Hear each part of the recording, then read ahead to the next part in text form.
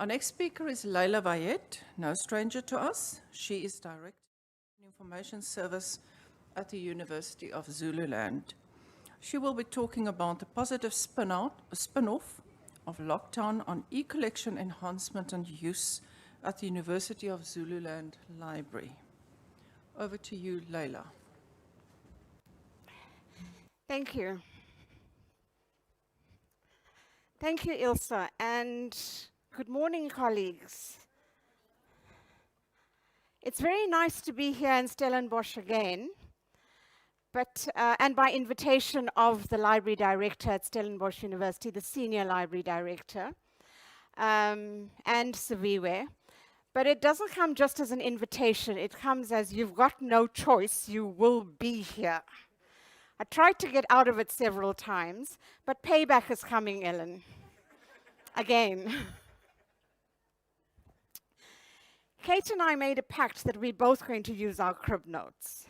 So forgive us. Because if we ramble on, that little clock there will go off and Ilse will come and drag me off the stage. So,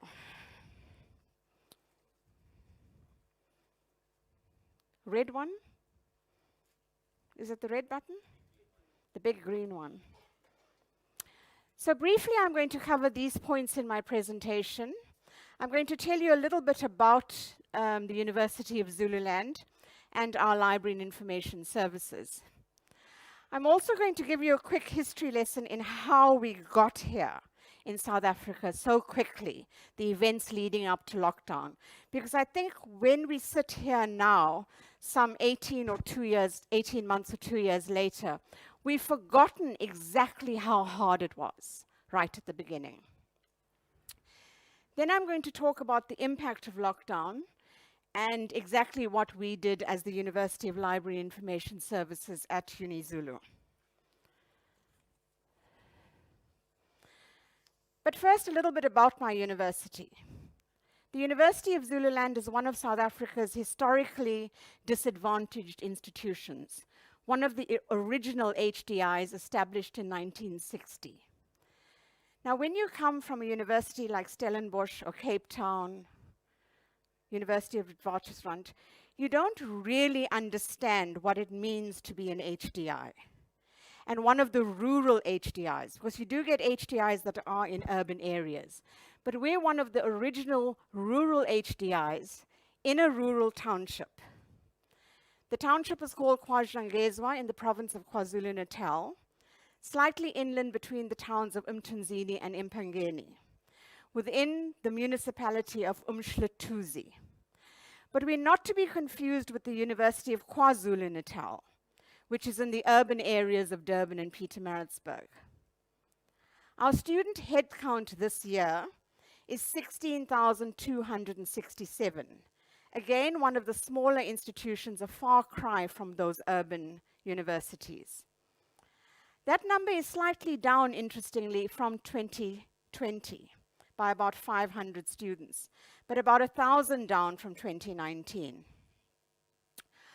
When you see my slides going on and you look at budgets and other figures, you're going to think, oh, well, what's such a small budget? But you must remember that we've always been on the back foot as a historically disadvantaged institution that never merged during those years of mergers. When I joined the University of Zululand some 18 years ago, my materials budget was 3 million rand. I don't think any of you can remember an institution that had a 3 million rand materials budget. So everything is relative. UNIZULU has 2 libraries, one at the KwaZhangezwa campus, where the main library is situated, and a smaller branch library on the newer Richards Bay campus. These photographs that you see are from the KwaZhangezwa campus, the main library. This is an infectious virus that's never been seen in humans before. China is battling a new and rapidly spreading respiratory virus. Dell'emergenza del virus simile alla SARS. À Wuhan, cette ville de 10 millions d'habitants au centre du pays. 广东省首例输入性新型冠状病毒感染的 And it can kill. And it can kill. And we've experienced that. It has killed. By the time we were celebrating Christmas 2019 and the birth of the new year 2020, we already heard about this virus, the strange virus that had broken out in Wuhan, China. And later we heard about transmissions in a few other countries. But you have to admit, when we first heard it, it was in the time of Trump mismedia, Trump fake news. So many of us, when we initially heard news broadcasts like that, is this real? Yeah, can't be. Let's see. But regrettably, when we knew that this was a real virus, we were still rather short-sighted and never thought that we would be where we are less than 2 years later. New Year 2020, and you probably like me, received a dozen or more messages like this on your phones or in the email, wishing you all of these wonderful wishes. I feel I was fortunate in that I didn't get COVID-19. So the wish for the double dose of health was on point, and the good fortune was also on point. The rest of the wish, not so. This is a quick summary of how we got to lockdown in South Africa. From March 5th, when we saw our first case in this country, in my province, in Hilton, just outside Pietermaritzburg, right through to March 26th, when lockdown began. That's not a very big time frame.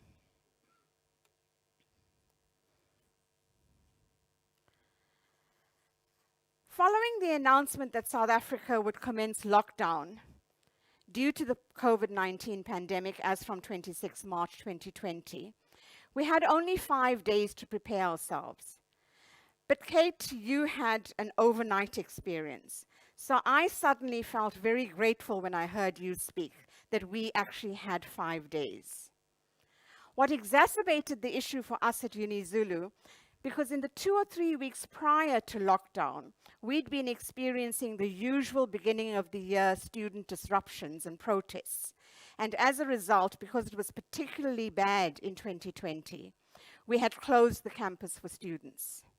And in addition, we had our usual water supply issues that were plaguing us. Remembering again, we're in a rural area, not an urban area. So if we have a water cut, it can go on for 2 or 3 days. And now you have a virus where you're supposed to wash your hands constantly because you're told 20 seconds of hand washing kills this virus, but you have no water.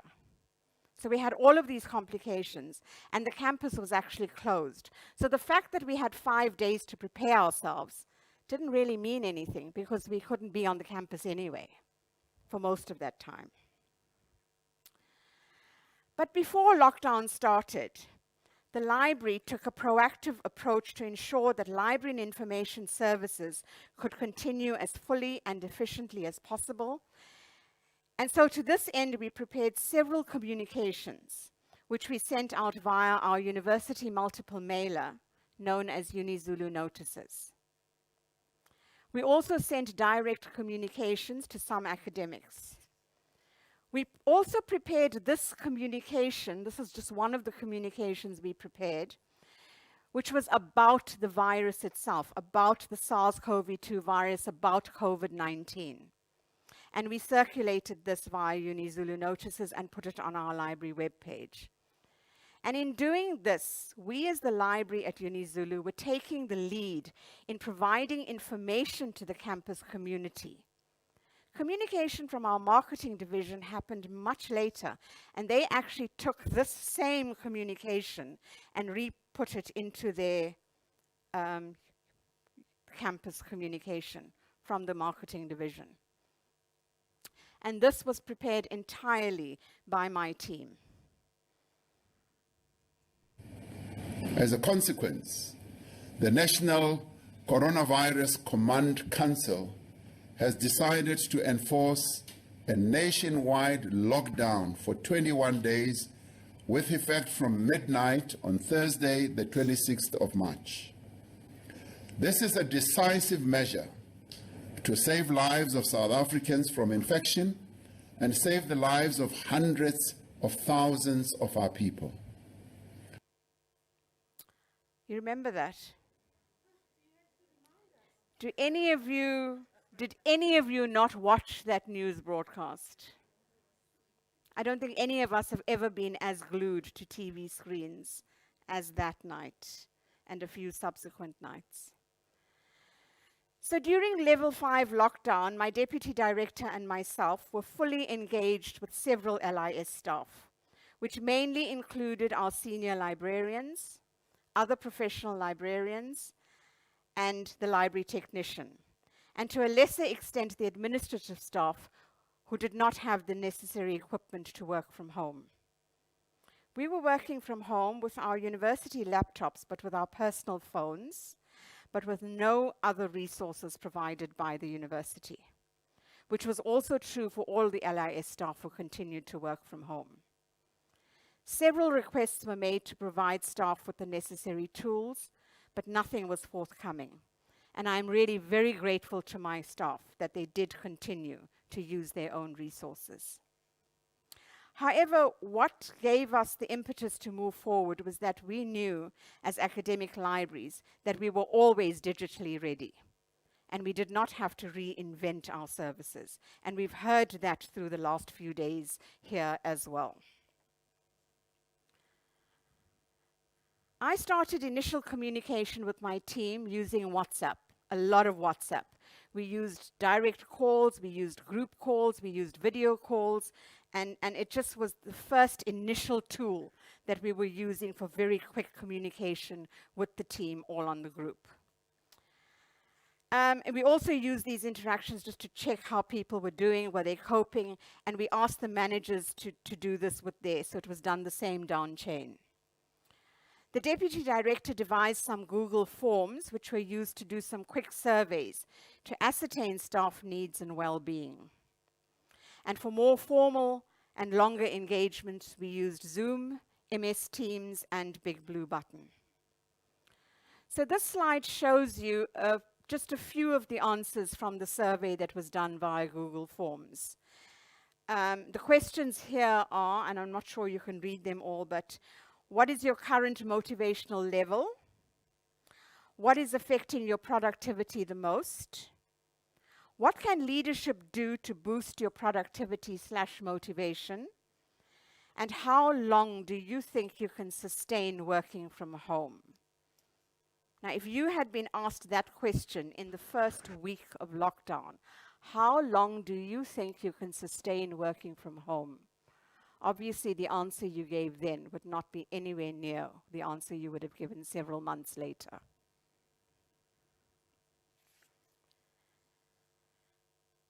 Although at the start of lockdown, shock and anxiety were the initial reactions, like others in South Africa and around the world, we felt some relief at the strict measures that were implemented to save lives, and we knew this, and so we were fully on board.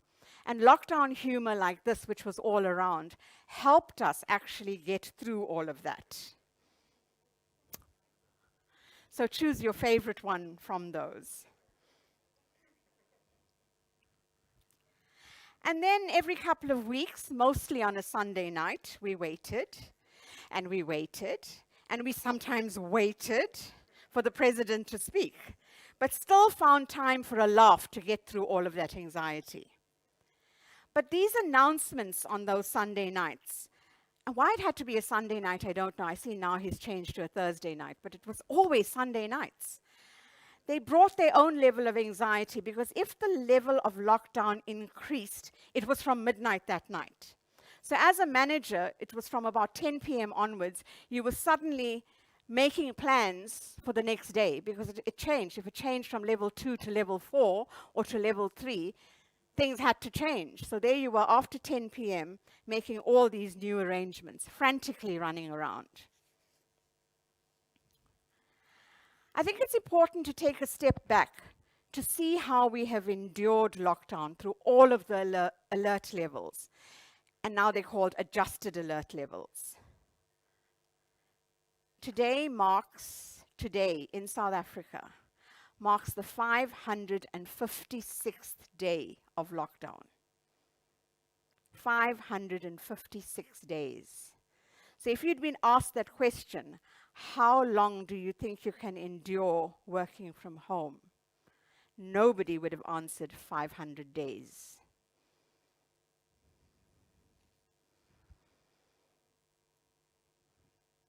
Lockdown had an impact on all of us, a personal impact, which we had to consider when liaising with our staff.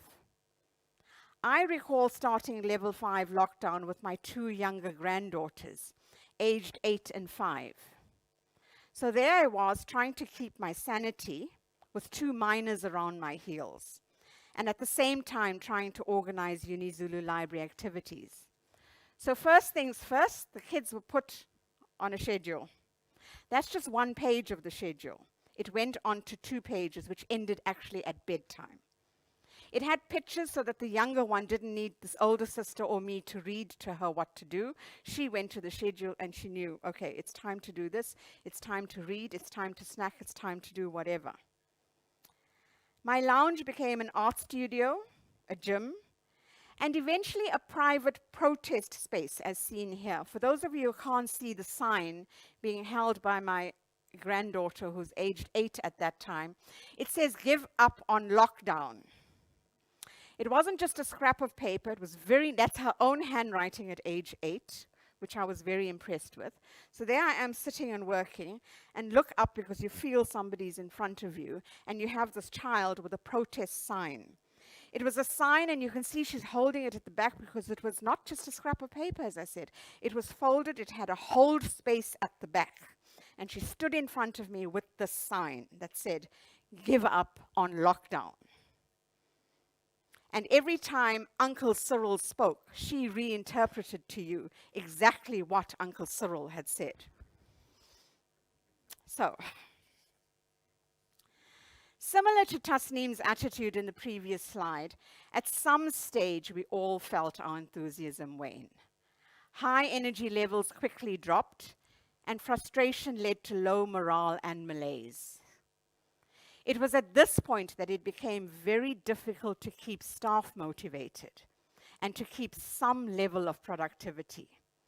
Staff were also feeling the impact of COVID-19 outbreaks in their own families and friends and circles. It became particularly difficult when we returned to work after the 2020 year-end closure. During the December break, we in the library had lost a staff member due to the virus, and within days, other staff in other departments of the university. This resulted in none of the usual joy of returning to work after the festive season. In fact, it wasn't a very festive season at all for any of us. Now, one of the authors of this survey that you see on the screen there also presented, one of the authors was also involved in one of the surveys presented earlier in the symposium. When South Africa went into the first and hardest phase of lockdown, none of us had the benefit of being able to research what others had done in similar previous circumstances. With the benefit of hindsight, perhaps many of us would have done things differently. Perhaps even if we'd had 2 or 3 weeks warning, we could have done things differently. But even then, the libraries had to follow the cue of the university administration. And while there was active and robust engagement in some institutions, in others, individual departments had to pretty much create their own solutions and were left to sink or swim. This slide reflects how the authors Frederick and Wolf Eisenberg reported on the answers to the question, and the question was, how important have each of the following activities been to date in planning for library operations and services during the COVID-19 pandemic? And as you can see, the 2 at the top there, protecting the well-being of the employees and establishing the library as a critical service, both scored between 80 and 100%. And I think that became true for all of us here as well. We heard during the symposium as well about libraries having, or universities having, disaster management plans. But have you sat back to thought exactly what those disaster management plans were? We all have disaster management plans. They're on our risk schedules. But we talk about fire, we talk about student protests, we talk about destruction of some, and very temporary things. None of us imagined a 556-day issue.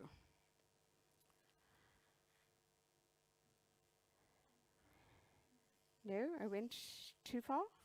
How do I go back? Okay, thank you.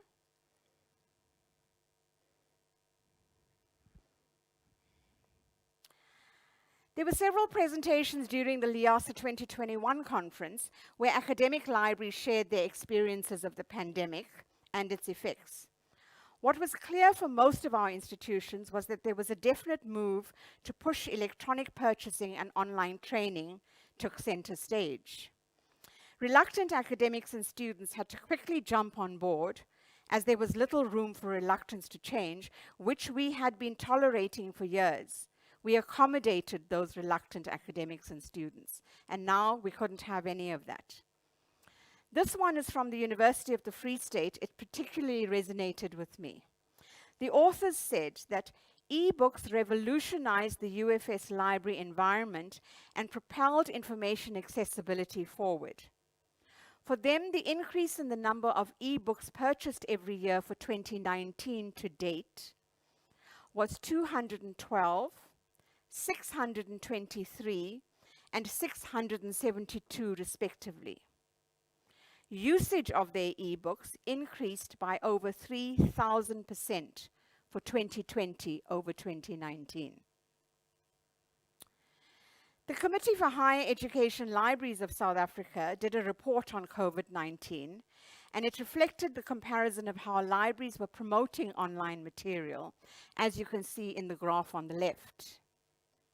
The report also listed the successes you see in the table on the right.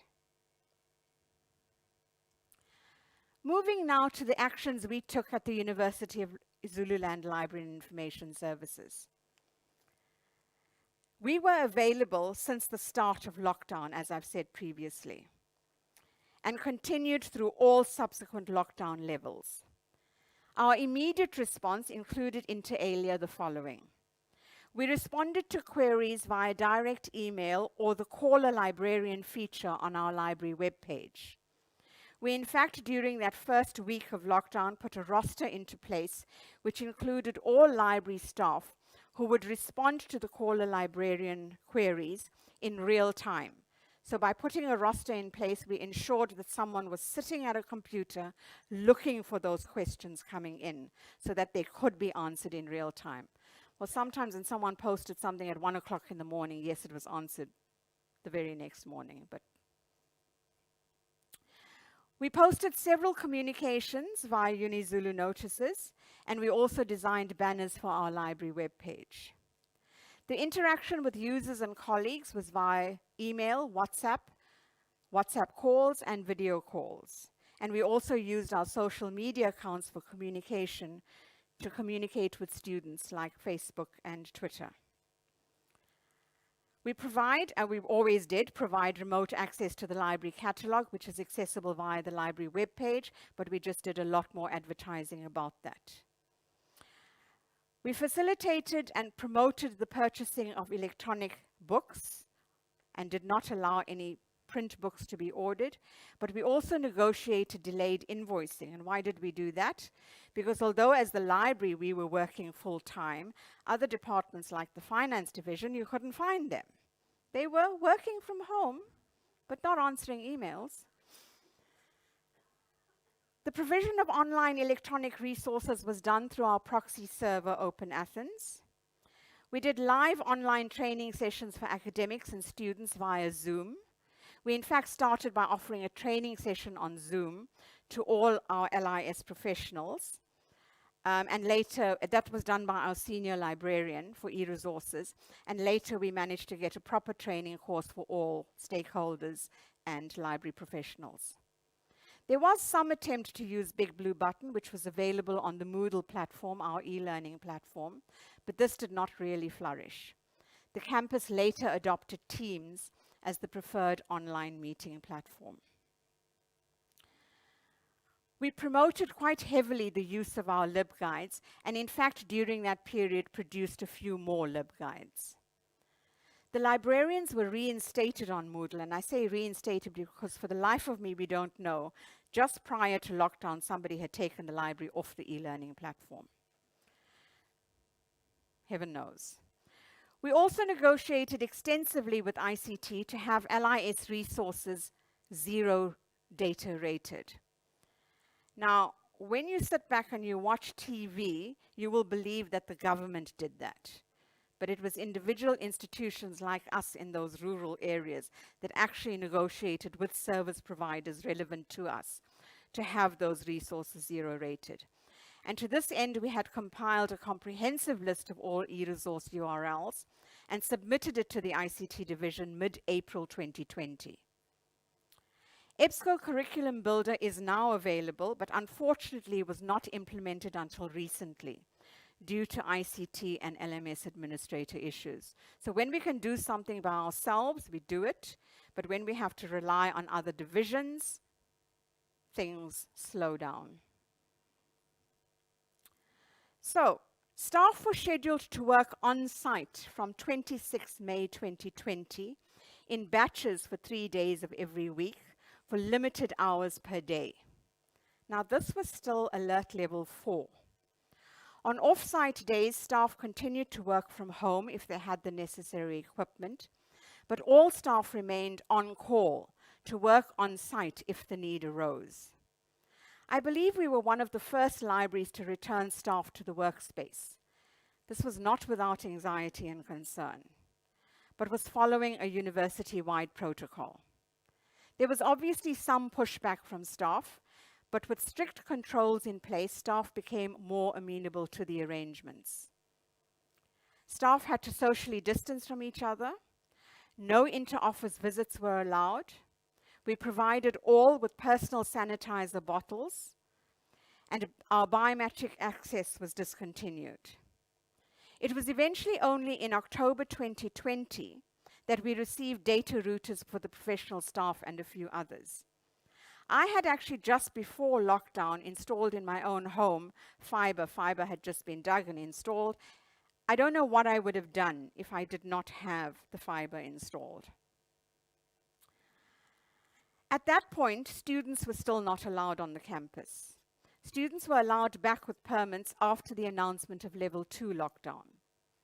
The university had by that time implemented remote teaching via Moodle, and in addition, had delivered printed course material packs to all students around the country. Delivered. This reopening of the library building to offer limited and controlled access to library staff had some benefits, which included inter alia the 4 on this slide. Staff could now access equipment and documentation to further our remote offerings, as well as to enable staff who did not have laptops to actually resume real work. There was also now the possibility to do on-site consultations and training with academic staff under very strict conditions, observing absolutely strict social distancing requirements, and such was possible by appointment only, with no casual walk-ins permitted. We could now service academics who possibly needed print material with strictly controlled regulations again. Print books could be borrowed and returned, also with those strict protocols in place. We also created a portal on our website where users could get all the free COVID-19 references. By this stage also, the university had rolled out data to all students. And again, you might believe that government did that if you believe everything you see on TV and read in the media. But it was by sidelining and cutting all of our budgets that the universities then paid for that data that was rolled out to students. Now, I was fortunate in that my library materials budget wasn't affected, but all other operations budgets were cut, reduced. From my own perspective, this early return to the workplace had a positive impact on staff. Morale slowly but surely improved, and staff had the time to gently ease back into the rhythm of going to work without having to face hundreds of students on the campuses. And I want to preempt the question of how safe were staff actually. Now, remembering again that we're in a rural setting, we found that our staff were actually safer coming to work than in their own homes, because many of them then moved to come and live in single quarters in and around the campus, and this actually kept them safer than when they were in their own homes.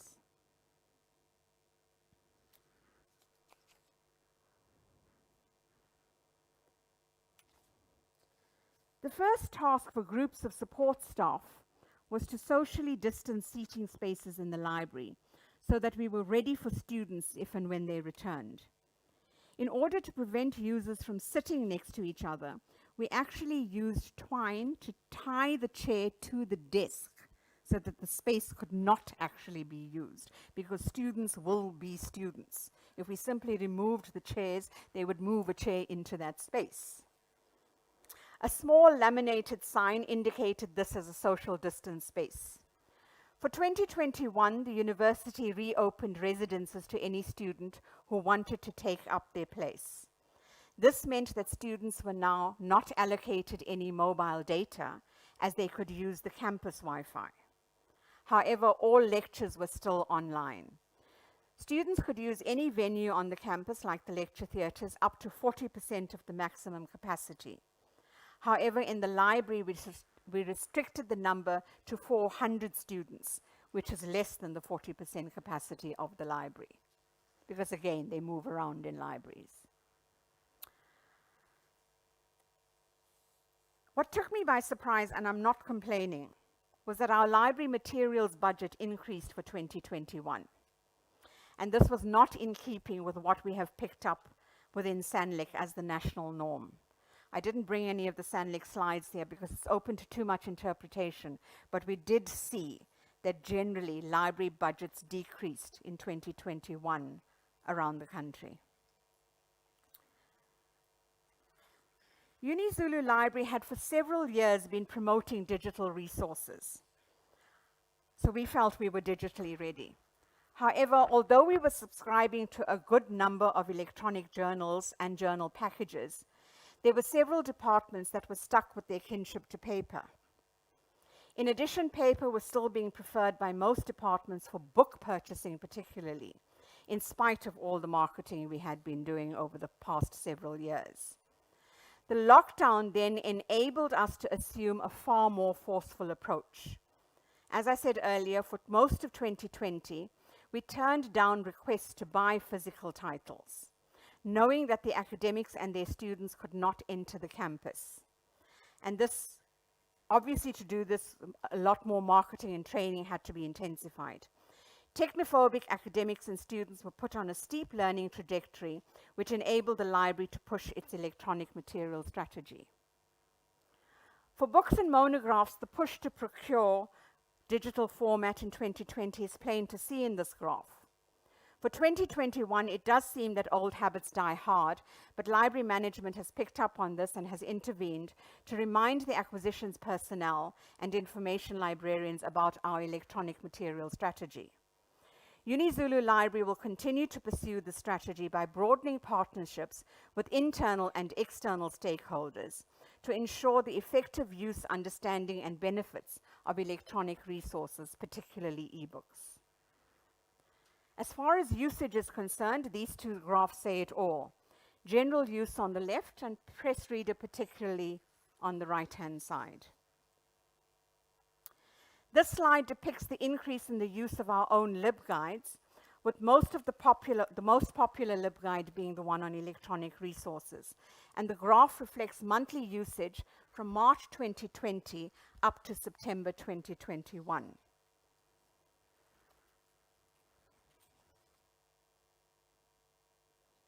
Online training workshops are now being well received and are designed to be offered to large groups or even individuals. And for us, this is a huge step, because prior to that, our academics and students had preferred personal training in our training lab. And now that academics are using it, we find they are promoting it to their students. The drop in 2020 might also be attributed to the fact that students were still off campus and internet connectivity from their homes was particularly poor. These are a few slides from an academic week presentation recently presented by our information librarian unit. And the two slides at the bottom on the right-hand side show the other courses, the individual courses that we offer to students. And the time is running out, so I'm going to rush through this last 2 or 3 slides. This is some of the marketing that we had done, all designed in-house by my team.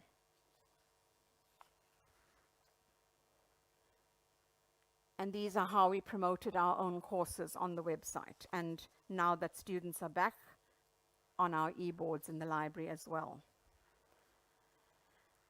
So the past 556 days have been a roller coaster ride. We've lost loved ones or watched friends and colleagues lose those dear to them.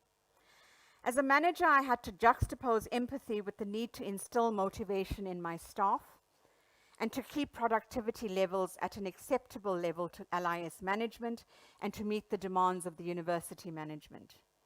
The overall observation we have made is that teaching, research, and learning can continue normally, even during lockdown. My mantra was that I would not let the disaster manage our lives. We would manage the disaster. And without wanting to sound melodramatic, we have to individually feel grateful to be here. It could have been worse. Therefore, remembering that, we have also now been promoting vaccination to all staff. It may be an individual choice, but it is also my responsibility as a manager to ensure the safety of all of my staff and all of my patrons. Thank you again for allowing me to share the perspective from the University of Zululand. I'm sorry I took 30 seconds extra.